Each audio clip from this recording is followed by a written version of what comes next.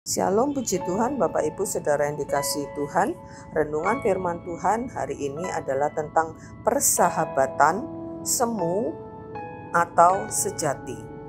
Ada ungkapan yang mengatakan tidak ada kawan atau lawan yang abadi, yang ada hanya kepentingan yang abadi. Pernyataan ini sering dikaitkan dengan dunia politik. Mereka yang tadinya bersaing, bertikai, bahkan berseteru, tiba-tiba kemudian menjadi rekan, menjadi sekutu ketika memiliki kepentingan yang sama. Hal ini sudah bukan menjadi rahasia umum lagi, bahkan di negeri kita sangat-sangat sering terjadi hal ini. Bahkan sejak zaman di Alkitab pun ada kasus seperti ini.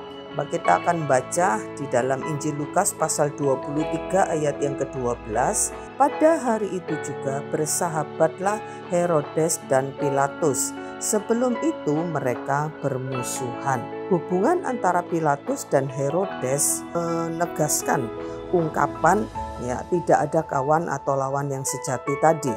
Yang ada adalah kepentingan yang abadi.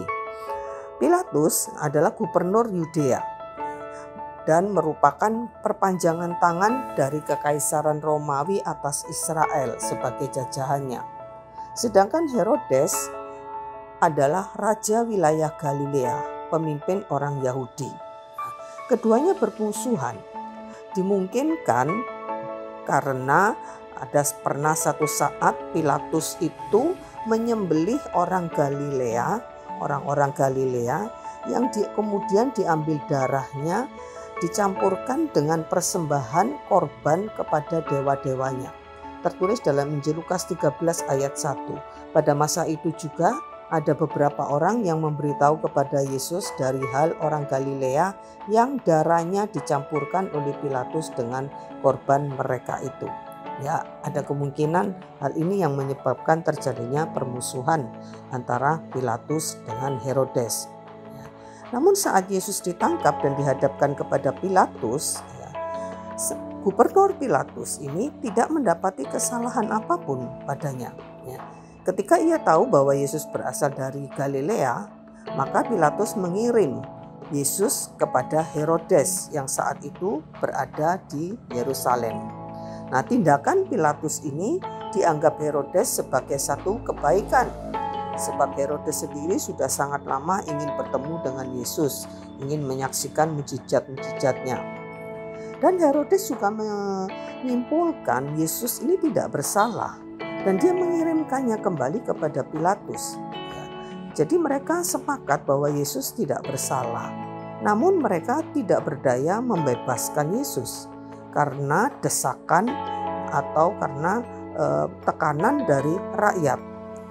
Sikap itulah yang kemudian mengakhiri permusuhan kedua penguasa ini. Dikatakan sejak saat itu Pilatus dan Herodes bersahabat. Tetapi apakah persahabatan mereka terjalin baik untuk seterusnya? Belum tentu. Bisa terjadi permusuhan kembali karena konflik kepentingan. Inilah persahabatan yang semu. Hal ini tidak boleh terjadi di antara kita orang-orang percaya. Persahabatan yang kita jalin dengan siapapun harus dilandasi kasih yang tulus, bukan kepentingan sesaat, bukan kepentingan pribadi. Jangan ada motif-motif yang salah. Kemunafikan, kepura-puraan bisa dibungkus dengan persahabatan demi kepentingan pribadi. Hal ini pasti merugikan mereka yang kita jadikan sahabat. Apalagi jika mereka memiliki hati yang tulus terhadap kita, maka kita akan sangat berdosa terhadap mereka. Karena itu mari Bapak Ibu Saudara yang dikasihi Tuhan, mari kita bangun hubungan dengan siapapun, persahabatan dengan siapapun, dengan didasari kasih Allah dan ketulusan serta kebenaran. Amsal 17 ayat 17 mengatakan, seorang sahabat menaruh kasih setiap waktu dan menjadi seorang saudara dalam kesukaran.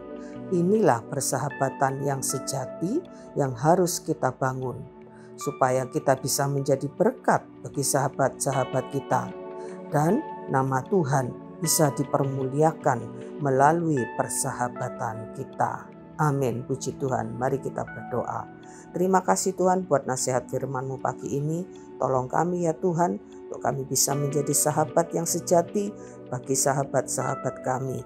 Tolong kami berteladan kepada Yesus. Tolong kami untuk melakukan apa yang Yesus lakukan dengan tidak memusuhi siapapun, bahkan membangun persahabatan dengan banyak orang. Kami percaya Kau memampukan kami. Kami percaya juga bahwa Tuhan sudah mencurahkan kasih yang besar dalam hidup kami, sehingga kami akan mampu untuk mengasihi orang lain, sahabat-sahabat kami, siapapun yang kami menjadi orang-orang yang kami kenal. Terima kasih Bapa, kami mengucap syukur di dalam nama Yesus. Amin. Puji Tuhan, Tuhan memberkati.